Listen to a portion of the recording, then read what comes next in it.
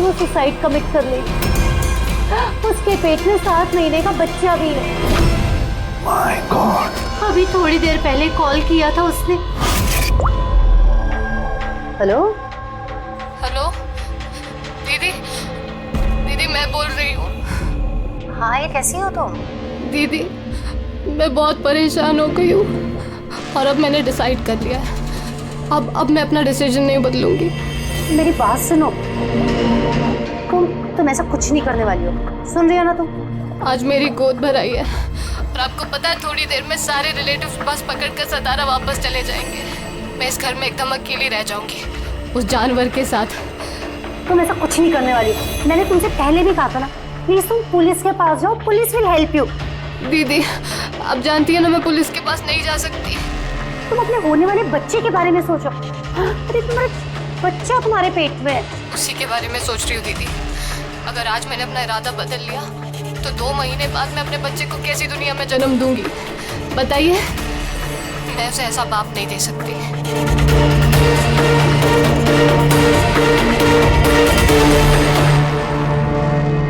अच्छा, क्या उसका नंबर मिल सकता है? नो सर, हमारे सारे कॉल्स एनक्रिप्टेड होते हैं। ना तो हमारे पास पेशेंट का नाम होता है और ना नंबर। हम पेशेंट की आइडेंटिटी सीक्रेट रखते हैं। और शायद फिर लोग कॉल ही ना करें ये सोच के कि उनका मजाक बनेगा। सर वो नंबर पता लगाने के लिए तो कोर्ट ऑर्डर लगेगा सर। नहीं अभिजीत, इसमें वक्त चला जाएगा और वक्त नहीं है हमारे पास। वो बेचारी लड़की इतने महीनों से टॉर्चर सह रही है और तो और पेट में 7 महीने का बच्चा है। ऊपर से हमारे पास उसके बारे में कोई जानकारी भी नहीं है सर। ये डायरी है मेरे पास। जो भी कोई कॉल करता है ना तो इसमें सब डिटेल्स होती है। मैं अपनी स्टडी के लिए नोट्स बनाती हूँ। शायद इस डायरी से आपको कोई मदद मिल सके। सर लास्ट पेज पे लिखा है सारे रिश्तेदार बस पकड़ के सातारा चले जाएंगे। हमारे पास उस लड़की के बारे में सिर्फ इतनी इंफॉर्मेशन है कि उसके पति के पास एक सर्विस रिवॉल्वर है और नंबर 2, उस लड़की के पेट में एक 7 महीने का बच्चा है। उस लड़की की फैमिली बस से सातारा जाने वाली थी। सारे टोल नाकों पे इंक्वायरी करो, देखो किसी बस में ऐसी कोई फैमिली है जो शायद गोद भराई करके सातारा लौट रही थी। शहर में जितने भी गायनेकोलॉजिस्ट हैं उन सबके पेशेंट्स की लिस्ट चेक करो और देखो ऐसा कौन सा पेशेंट है जो अभी 7 महीने की प्रेग्नेंट है। सर ये वो आखिरी बस डिपो है जहां से सतारा की बस जाती है।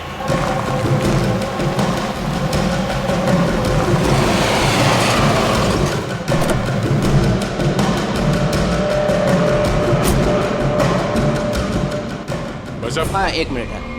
आज दोपहर को यहाँ इस डिपो से सतारा के लिए एक बस जाने वाली थी ना? एक बस निकलने वाली थी सर, लेकिन 1 घंटा पहले। लेकिन वो इंजन खराब हो गया तो लेट हो गया। वो बस कहाँ पे?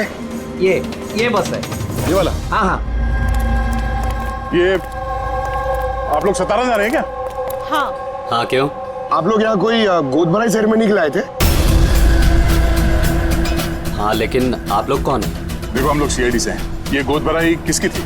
मेरी कजिन नैना की। लेकिन हुआ क्या है? ये नैना कहाँ रहती है? उसका घर का एड्रेस देना sir. B200 Shanti Niwas Versova. Thank you thank you.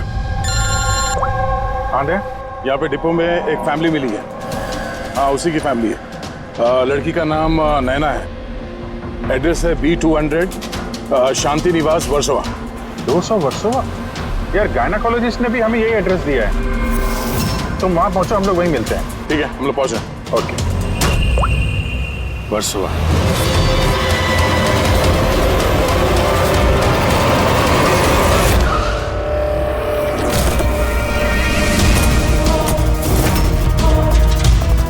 फिर भी हम लोग सीआईडी से। ये नैना का कमरा कहाँ है? डैडी सर ऊपर जाके राइट। लेकिन क्या हुआ सर?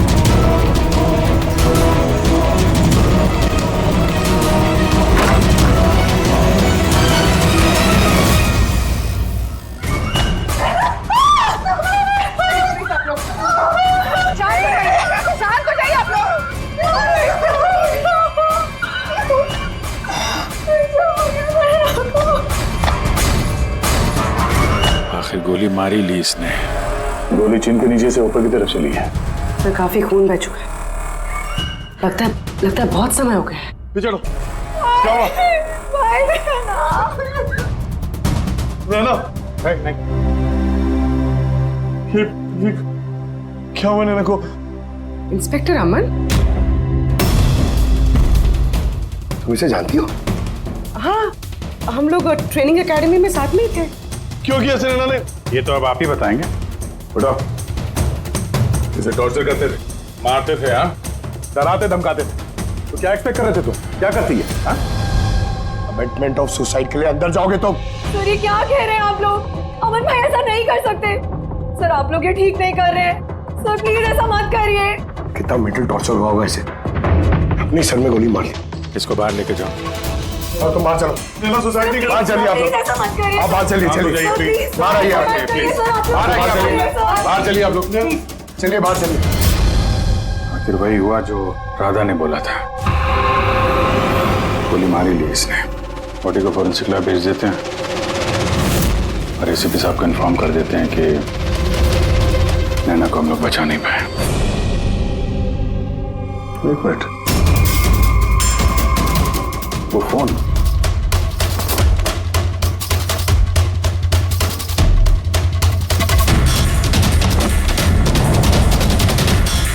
नौकरा तो दिख नहीं रहा। ये नैना का फोन किसी ने देखा है क्या? आपको मालूम है? किसी ने कहीं देखा हो? हाँ? सर मैं फोन करती हूँ उसके नंबर पर।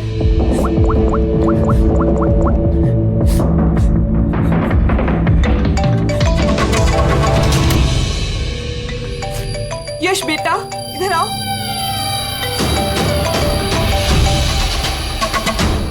फोन तुम्हारे पास है, निकालो।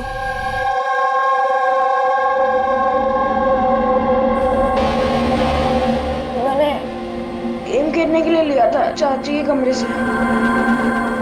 कोई बात नहीं बेटा। क्या बेटा ठीक से याद करके बताओ, जब तुम्हें फोन लेने के लिए यहाँ पर आए थे तो क्या देखा तुमने?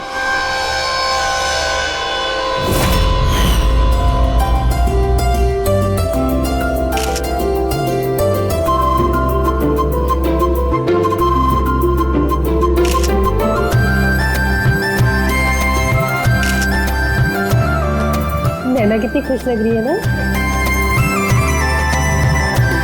चाची अब मेरे साथ मोबाइल पे गेम खेलोगे ना? गेम? अभी अभी तो इतने सारे लोग हैं और मेरा फोन भी मेरे रूम में पड़ा है, तो अभी तो नहीं खेल सकते। अगर बाद में खेलो तो चलेगा। अभी ना तुम जाके अपने फ्रेंड्स के साथ खेलो, ठीक है? जाओ। अरे भाई फोटो खिंचाओ ना भाभी के साथ में। मैं जा रहा हूँ।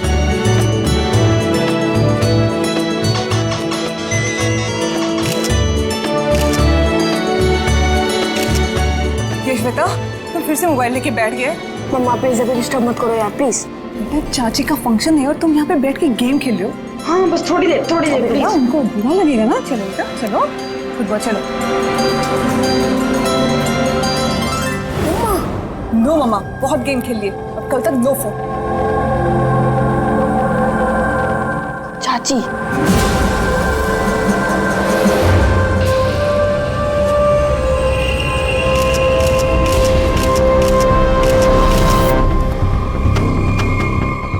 चाची का फोन किधर होगा?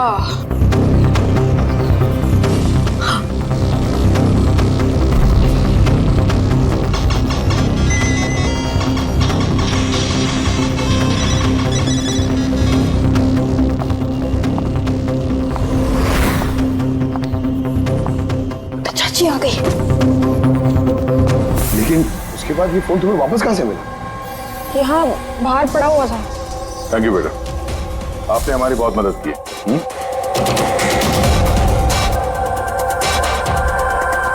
मन, आप खुद बताएंगे या हम लोगों को पूछना पड़ेगा? तुम खुद एक पुलिस ऑफिसर हो, तुम्हें तो पता होगा कि हम इंट्रोगेशन कैसे करते हैं। सर मैं अमन को ट्रेनिंग के दिनों से जानती हूँ। He was one of the best officers.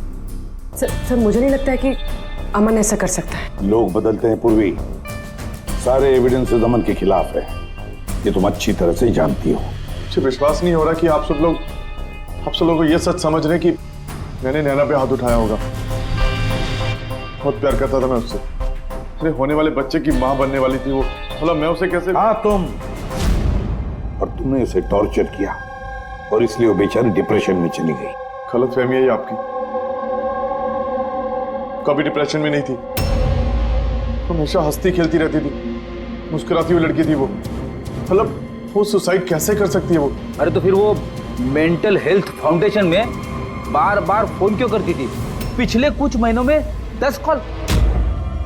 मुझे इसका कोई आइडिया नहीं है। कॉल करके हिस्ट्री डिलीट कर देती होगी, इसलिए तुम्हें पता नहीं चला। सर भाई ऐसा नहीं कर सकते। वो तो नैना से बहुत प्यार करते थे और नैना तो खुश रहती थी। अगर नैना तुमसे खुश थी तो उसने हेल्पलाइन में फोन करके ये क्यों बोला कि तुम उसे टॉर्चर करते हो, उसे मारते हो, उसे धक्का देते हो? क्यों अमन? जवाब दो। पूर्वी जवाब होगा तो देगा ना ये। इसकी टॉर्चर की वजह से वो बेचारी डिप्रेशन में चली गई और फिर सुसाइड कर लिया उसने। डिप्रेशन में अक्सर इंसान अपने दिल की बातें किसी से शेयर नहीं करते। हो सकता है इसी वजह से नैना कितनी तकलीफ में थी ये किसी को पता ही नहीं चला। पूर्वी एटलीस्ट तुम तो मेरा यकीन करो। You know me well. Naina कभी सुसाइड नहीं करेगी, कभी सुसाइड नहीं करेगी। ले जाओ इसे। चलो। आप मेरी बात क्यों नहीं सुन रहे? नैना कभी सुसाइड नहीं कर सकती। चलो सर मेरी बात सुनिए सर। नैना ने सुसाइड नहीं किया है सर। मेरी बात सुनिए एक बार सर। सर एक बार।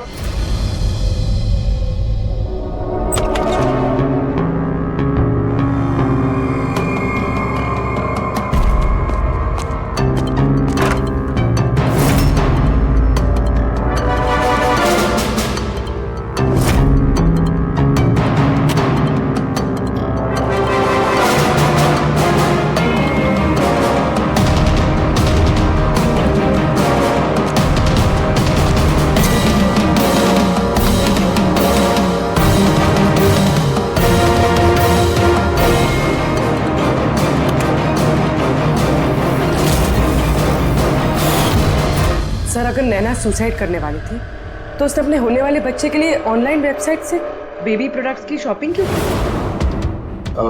ताकि किसी को शक ना हो सकता है, बट सर आई थिंक ये थोड़ा अजीब है सर। वाकई अजीब है। तो आपको लगता है कि ये अमन और भूमि ये लोग सच बोल रहे हैं? वो तो पता चल ही जाएगा अभिजीत। लेकिन उससे पहले उस गोद भराई वाले फंक्शन में जितने भी नैना के करीब लोग हैं उन सबको बुला। नैना के साथ आपका रिश्ता कैसा था? जी सर, काफी अच्छा था। वो बहुत अच्छी लड़की थी, हमेशा खुश रहती थी। तो आपको भी ऐसा लगा कि उसके साथ कोई प्रॉब्लम है, कुछ गड़बड़ है? हम काफी बातें करते थे, लेकिन कभी ऐसे लगा नहीं कि उसे अपने हस्बैंड से या शादी से कोई प्रॉब्लम है। यश बेटा, आपको चाची कैसी लगती थी? प्यार करती थी आपसे? हाँ, चाची हम बच्चों से बहुत प्यार करती थी और मुझसे भी बहुत प्यार करती थी। उन्होंने अपने फोन में मुझे गेम भी इंस्टॉल करने दिया। अच्छा, चाची ने आपसे कभी ऐसी कुछ बात बोली थी, जैसे उनका चाचा से कोई झगड़ा हुआ हो, कोई फाइट हुई हो, ऐसा कुछ? नहीं, चाची प्रेग्नेंट थी ना, इसलिए बहुत जल्दी जल्दी गुस्सा आ जाता था। और मम्मा ने भी मुझे कहा था कि मैं उनको ज्यादा तंग ना करूं। वैसे नैना के बिहेवियर से आपको कोई डाउट हुआ कभी? नहीं, बिल्कुल भी नहीं। वो तो बहुत खुश थी, पूजा में, फंक्शन में डांस भी कर रही थी। इनफैक्ट बहुत ज्यादा एक्साइटेड थी वो अपने फोटो शूट को लेके। और फोटोग्राफ्स हैं? सर नैना के जितने ही फोटो हैं सब इसी में। ठीक है, ये हम रख रहे हैं। अभी आप जा सकते हैं। Thank you very much. Thank you sir. Sir, सबको सुनने के बाद तो ऐसा लगता है कि ये अमन सच ही बोल रहा है। अगर नैना इतनी खुश थी तो वो सुसाइड क्यों करेगी? नहीं तो सुसाइड क्यों करेगी? गड़बड़ है अभिजीत, कुछ ना कुछ तो गड़बड़ जरूर है। राधा ने जितनी भी इंफॉर्मेशन देनी थी हमें सब दे दी। अब समझ एक काम करो, इस मेंटल हेल्थ फाउंडेशन में जाकर इस नैना के बारे में जो कुछ पता चलता है निकाल कर लेके आओ। वहां के ऑपरेटर से भी बात करो, कुरेद कर इंफॉर्मेशन निकालो। शायद कुछ ऐसी बात वो जानती हो नैना के बारे में जो हमारे फायदे की है।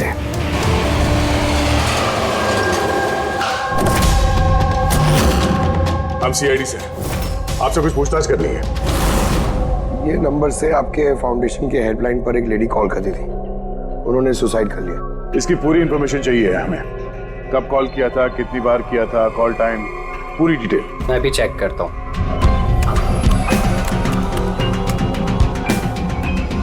यस सर, इसने काफ़ी कॉल किए थे पिछले 5 महीनों में 10 बार। ये इनसे बात कौन कौन करता था? एक्चुअली सर इनके सारे कॉल्स राधा जी हैंडल करती थी, वो यहाँ पे वॉलंटियर है।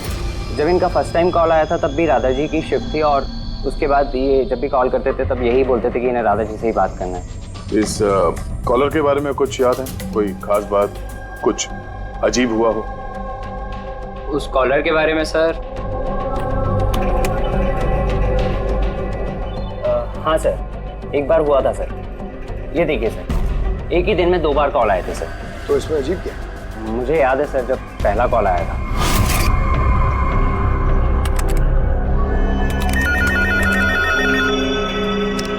Hello, how may I help you? Hello, मुझे राधा जी से बात करनी है। जी श्योर। हेलो राधा जी, आपके लिए कॉल है। थोड़ी देर बाद उसी नंबर से वापस कॉल आया। Hello, how may I help you? Hello, मैं नैना बोल रही हूँ।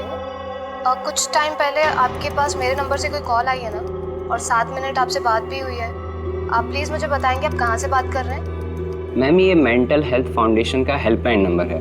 हम लोग उन लोगों की काउंसलिंग करते हैं जो डिप्रेशन में आके सुसाइड अटेम्प्ट करने की कोशिश करते हैं। What? Suicide helpline? Yes ma'am. Mostly caller sir अपना नाम कभी नहीं बताते, लेकिन इन्होंने आगे से खुद ही बता दिया।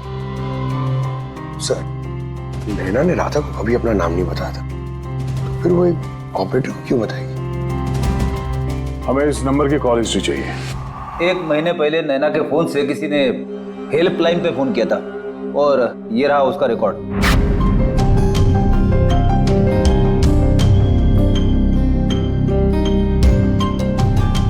10 तारीख को तो सेकंड सैटरडे था।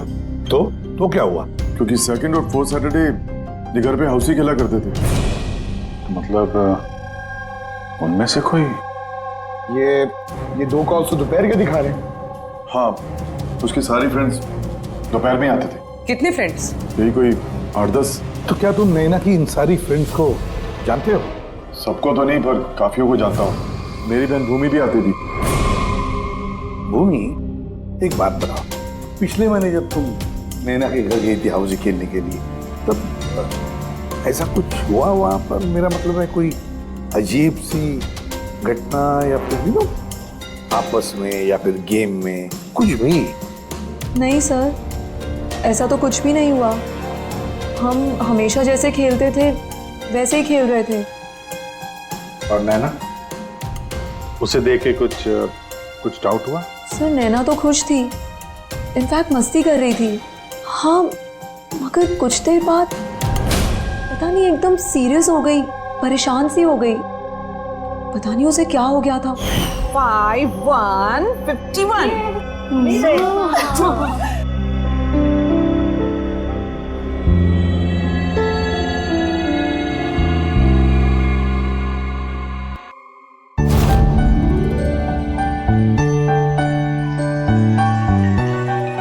लगता है इसका जो होने वाला बेबी है ना, बहुत लकी है वो। हाँ यार, वरना पहले कभी नैना इतना जीतती नहीं थी। ओहो, लगता है कोई जेलस हो रहा है। अरे नैना, भाई को फोन कर लो ना, रात को डिनर का ऑर्डर करने के लिए रिमाइंड कराना है। फोन कहाँ है मेरा? अरे एक काम करो, लो अभी मेरे फोन से बात कर लो। हेलो, हाँ वो शाम को ना प्लीज खाना ऑर्डर कर देना। नहीं, बस यही याद दिलाना था। ये लो, पर मेरा फोन कहाँ है यार, मुझे समझ नहीं आ रही। यही रखा था। नैना, वो रहा तुम्हारा फोन वहाँ टेबल पर। वहाँ किसने रखा? मैंने तो फोन वहाँ रखा ही नहीं। रखा होगा ना? नहीं यार, मुझे याद है मैंने नहीं रखा।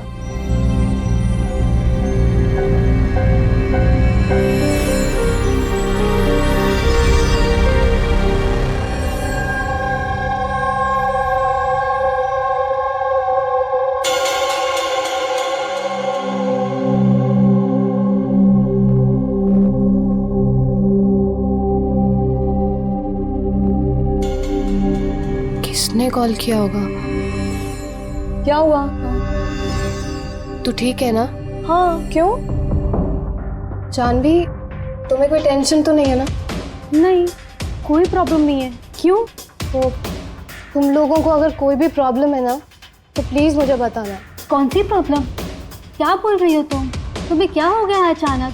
अरे कुछ नहीं, प्रेगनेंसी में ऐसे मूड स्विंग्स होते रहते हैं, ये नेचुरल बात है। चलो हम सब लोग गेम कंटिन्यू करते हैं।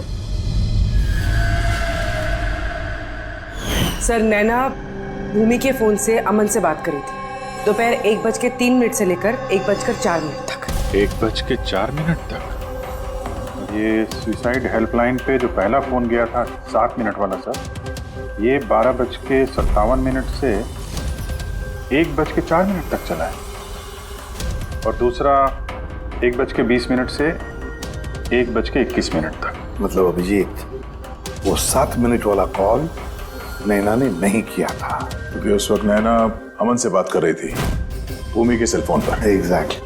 मतलब वो फोन नैना के फ्रेंड्स में से किसी ने किया था? आपने देखा था किसी को उसका फोन उठाते हुए या फिर उसका फोन यूज करते हुए? नहीं, मैंने तो किसी को भी नहीं देखा। मतलब वो कॉल्स किसी और ने किए थे।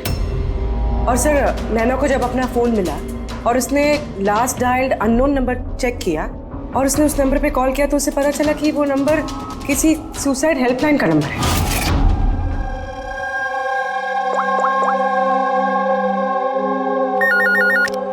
Hello, how may I help you? Hello, मैं नैना बोल रही हूँ। कुछ टाइम पहले आपके पास मेरे नंबर से कोई कॉल आई है ना, और 7 मिनट आपसे बात भी हुई है। आप प्लीज़ मुझे बताएंगे आप कहाँ से बात कर रहे हैं? मैम, ये मेंटल हेल्थ फाउंडेशन का हेल्पलाइन नंबर है। हम लोग उन लोगों की काउंसलिंग करते हैं जो डिप्रेशन में आके सुसाइड अटेम्प्ट करने की कोशिश करते हैं। व्हाट? Suicide helpline? ये जानकर वो परेशान हो गई और सोच में पड़ गई कि सुसाइड कौन करना चाहता है। सर, अगर ये फोन कॉल नैना ने नहीं किया है तो इससे पहले जितने फोन कॉल्स किए गए हैं, हो सकता है वो भी नैना ने किसी और ने किया। भूमि, तुम हाउसी खेलते वक्त डायरी रखते हो ना? मेरा मतलब है स्कोर रखते हो ना हर प्लेयर का? बस वो डायरी हमें चाहिए। Okay sir. ये हर सेशन में ये 4 नाम है सर जो हमेशा मौजूद होते हैं। भूमि, पारुल, जानवी और शीतल।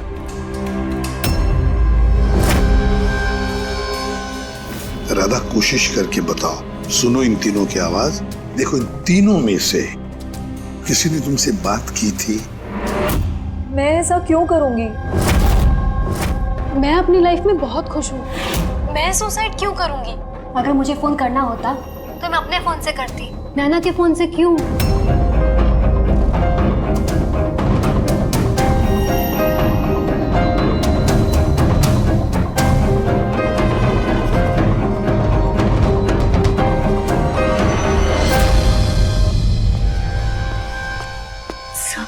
सर, इन तीनों में से कोई आवाज नहीं है।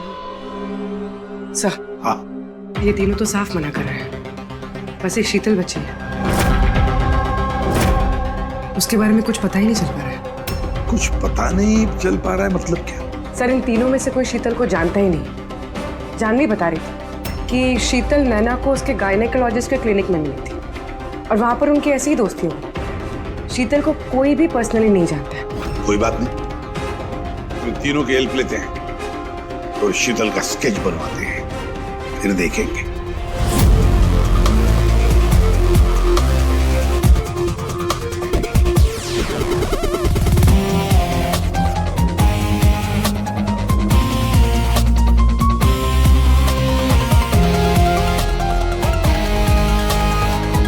शीतल नैना से इसी गायनेकोलॉजिस्ट के क्लिनिक पे मिली थी।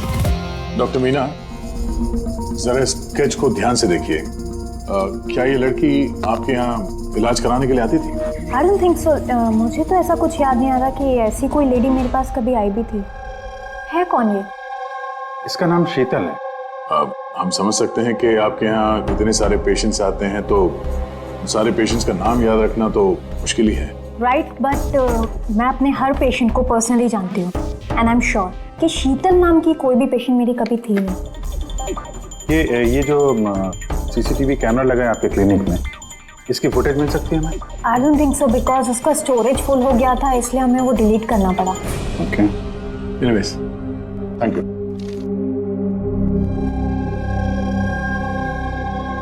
लगता है ये शीतल का भी पेशेंट थी ही नहीं, सिर्फ नैना से दोस्ती करने आई थी यहाँ। यही प्लान था उसका कि नैना से दोस्ती करके उसके घर में घुसने का। प्रोफेशनल फ्रॉड लगती है, रोकना पड़ेगा उसे। तुमने इसे देखा है? ये तो शीतल है, नैना की फ्रेंड। ये अक्सर घर पे आती थी। नैना और शीतल की दोस्ती कब और कैसे हुई, कुछ मालूम है तुम्हें? नहीं, मैं नहीं जानता, पर क्या फर्क पड़ता है? जब मेरी नैना नहीं रही तो इन सब का। ये क्या पागलपन है हा? जरा सोचो, अगर तुम निर्दोष हो तो इसका मतलब है कि कोई तो तुम्हें फंसाने की कोशिश कर रहा है। तुम्हें नैना की मौत का जिम्मेदार ठहरा कर उसे फायदा होने वाला है, इसीलिए वो तुम्हें फंसा रहा है। हा? कौन हो सकता है जिसे तुम्हारे और नैना के लिए नफरत है? मैं नहीं जानता। तो फिर भूमि कहीं प्रॉपर्टी के चक्कर में उसने तो नहीं? नहीं, भूमि ऐसा कभी नहीं कर सकती, क्योंकि वो तो नैना से बहुत प्यार करती थी।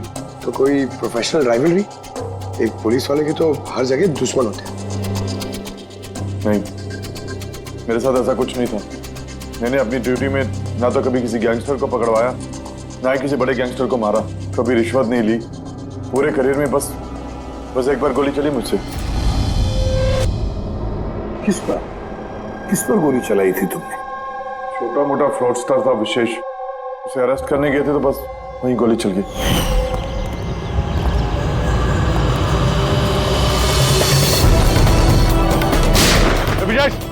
इंस्पेक्टर,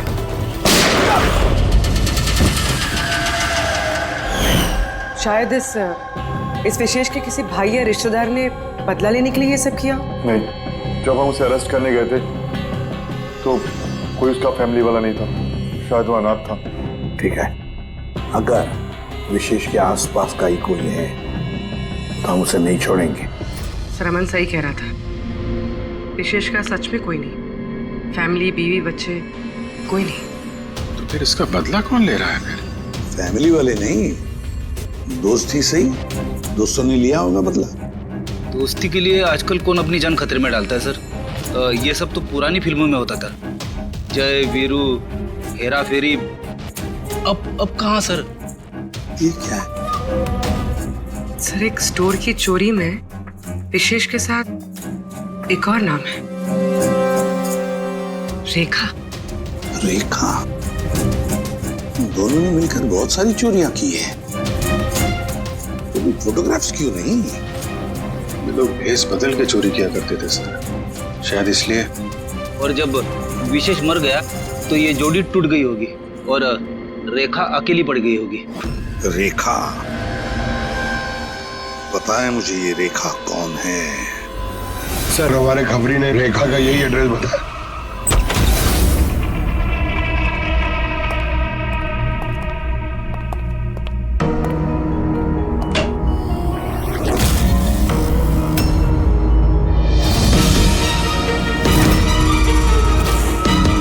देखो जरा,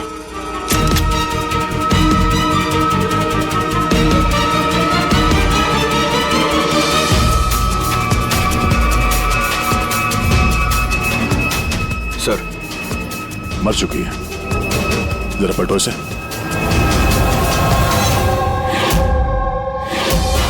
शीतल? हमारा शक सही था, शीतल ही रेखा है। मगर सर, हम लोग को तो लग रहा था कि ये सब शीतल ने किया है। पंकज कोई और ही है सबके पीछे है। उसे पता चल गया था कि हम शीतल तक किसी भी हाल में पहुंच जाएंगे।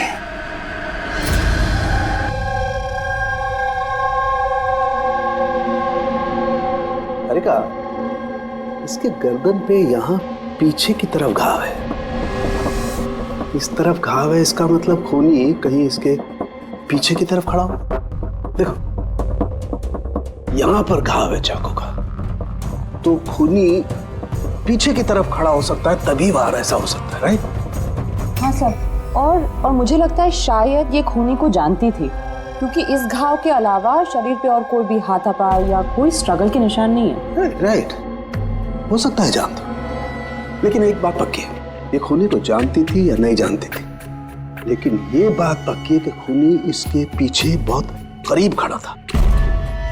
देखो, जितनी ताकत के साथ ये इस्तेमाल किया गया चाकू, ये बहुत करीब खड़ा होगा तो जोर से मारेगा। और एक बात, जो घाव है ये हमें बताता है कि किसी ने अपने बाएं हाथ का इस्तेमाल किया है, क्योंकि अगर दाएं हाथ से चाकू मारा गया होता तो घाव का ये ऐसे एंगल नहीं होता। तो बाएं हाथ का इस्तेमाल किया गया है। राइट, तो इसका मतलब ये खूनी डेफिनेटली एक लेफ्ट हैंडेड है। बिल्कुल, ये खूनी लेफ्टी है।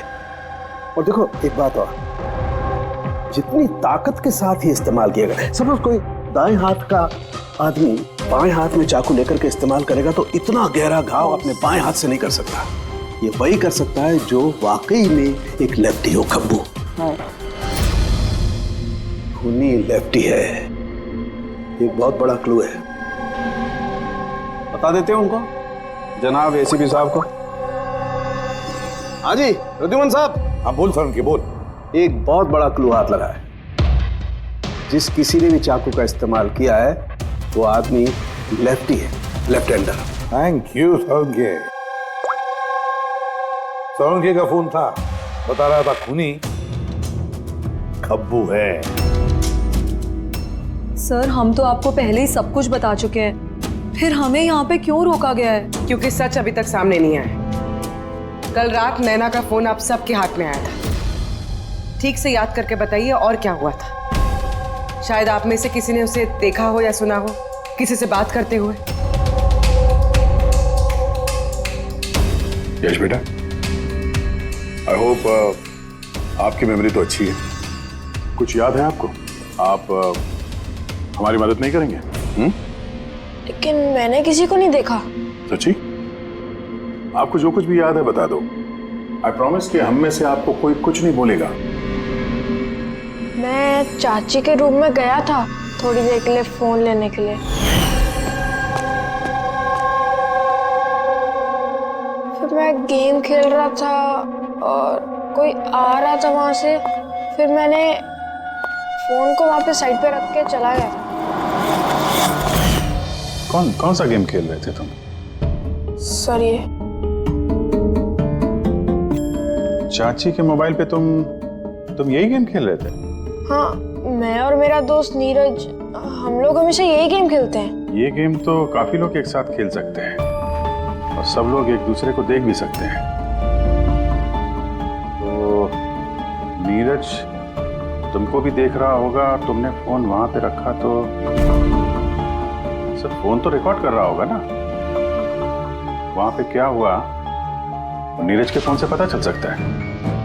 चलो हम नीरज को बुला लेते हैं। नीरज बेटा, घबराओ मत, यहां तो हम सब तुम्हारे दोस्त हैं।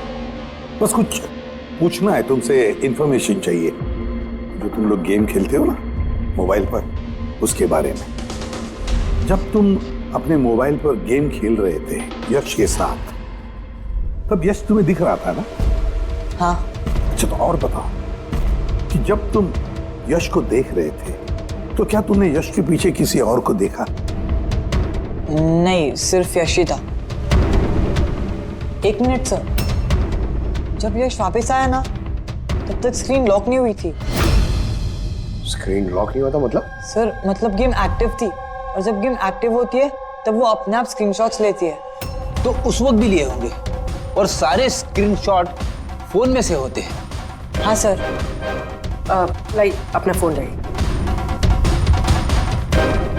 Thank you.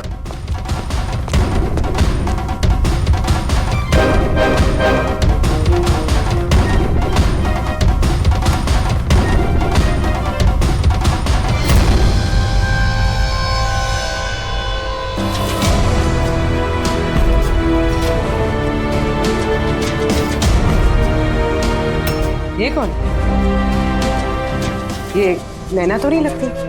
नहीं, ये नैना नहीं है।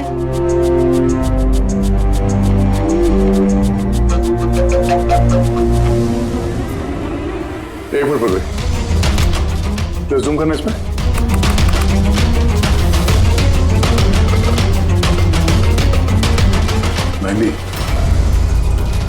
और लेफ्ट हैंड। इसके हाथों में मेहंदी इतनी फैली हुई क्यों है? वो इसलिए अभी क्योंकि ये हाथ जिस औरत का है वो औरत वहां बाकी सारे लोगों के हाथों पर मेहंदी बनाने आई थी। खब्बू थी वो। सबसे पहले उसने शीतल से हेल्पलाइन पर फोन करवाया। वो राधा को कॉल ट्रांसफर करिए ना प्लीज। Ji sure. मुझसे और सहन नहीं होता है दीदी। फिर उसने शीतल को पैसे दिए और कहा, नैना आपके रूम में आपका कोई मेहमान आपको बुला रहा है। और मौका देखते ही उसने नैना को गोली मार दी। आखिर है कौन ये मेहंदी वाली औरत? मुझे नहीं पता वो कौन थी। इनफैक्ट कोई भी नहीं जानता था उसे। नैना ने कहा था कि शीतल ने रिकमेंड किया है उसे और वही लेकर आई थी अपने साथ में। और वो भी नहीं पता कि उसे क्यों लाया था। अपना काम भी ठीक से नहीं कर रही थी। वो बद्दी से मेहंदी सबको लगा रही थी। देखना चांदी कैसे मेहंदी लगा रही है, ये बराबर से लगा भी नहीं रही है। आपको मेहंदी लगाने नहीं आती क्या? ऐसा लग रहा है किसी ने बना के मिटा दिया। वो मेहंदी इतना खराब लगा रही थी तो शीतल ने उसे क्यों भेजा? किसी को भी शक होगा। कौन हो सकती है? मुझे पता है सर, वो हमारी आंखों के सामने थी।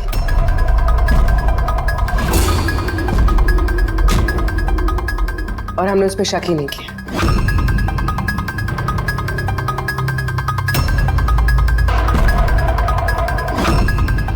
आप आगे आइए।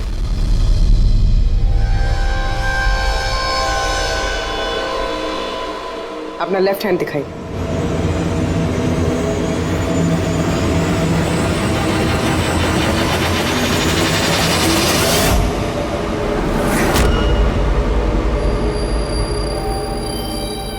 ये देखिए सर। राधा जी? सर मैंने इनकी वो डायरी घंटों तक देखी है। उसमें भी इंक ऐसी फैली हुई थी जैसे इनके हाथ में ये मेहंदी फैली हुई है। जो भी लेफ्ट हैंडेड होता है वो जब किसी कागज पर लिखता है तो ऐसे ही लिखता है। तो जो कुछ लिखा हुआ है पहले ही उसके ऊपर से उसका हाथ घसीटता है और वो स्याही या फिर रंग लग जाता है हाथों पर, जैसे राधा के हाथों पर लगा है ना? क्यों मारा तुमने नैना को? क्या बिगाड़ा था उसने तुम्हारा? है? क्योंकि तुमने मारा मेरे विशेष को। जान ले ली तुमने मेरे विशेष की। प्यार करती थी मैं विशेष को। उसके बच्चे की मां बनने वाली थी मैं। और तुमने एनकाउंटर में उसे गोली मार दिया मेरे विशेष को। तुमने मार दिया तुमने मेरे बच्चे को। और इसलिए तुमने फैसला कर लिया कि तुम अमन से बदला लोगे? हाँ, जब मुझे पता चला कि विशेष इस दुनिया में नहीं रहा तो इस सदमे से मेरा बच्चा मेरी कोख में ही मर गया। सिर्फ किसकी वजह से? तुमने जान लिया मेरे बच्चे की। जब मुझे पता चला कि नैना मां बनने वाली है तो मेरा खून खौल उठा। जो खुशी मुझे नहीं मिली वो खुशी मैं नैना को कैसे दे सकती थी? मार डाला मैंने नैना को, मार डाला उसे। तो इसीलिए तुमने मेंटल हेल्थ फाउंडेशन में एज ए वॉलंटियर नौकरी करना शुरू कर दिया। और शीतल ने तुम्हें नहीं, तुमने शीतल को काम दिया नैना से दोस्ती करने का। हाँ, शीतल को मैंने भेजा था नैना के घर। तो वो नैना के घर से मुझे फोन किया कर मेरी हेल्पलाइन नंबर पर और लोगों से पूछा करे मेरे बारे में। और गोद भराई में भी मुझे शीतल ने नैना के घर बुलाया था। और मैं वही थी। मुझसे अब और सहन नहीं होता है दीदी, मैं जा रही हूँ। अब अपना आखिरी काम करो, नीचे जाके नैना को यहाँ भेजो। अभी भेजती हूँ। और हाँ, मोबाइल को बाहर रख के जाना। आपके रूम में आपका कोई मेहमान आपको बुला रहा है। अमन को अब पता चलेगा अकेले होने का एहसास क्या होता है। ये तो होना ही था। एक माँ से उसका बच्चा छीनकर वो माँ बनने जा रही थी, इसीलिए मैंने मार डाला नैना को।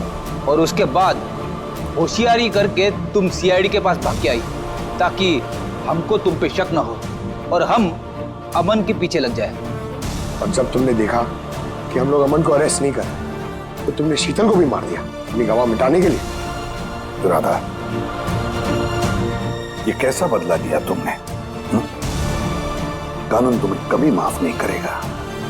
कड़ी से कड़ी सजा होगी तुम्हें। जिंदगी भर जेल की सलाखों के पीछे बैठना पड़ेगा।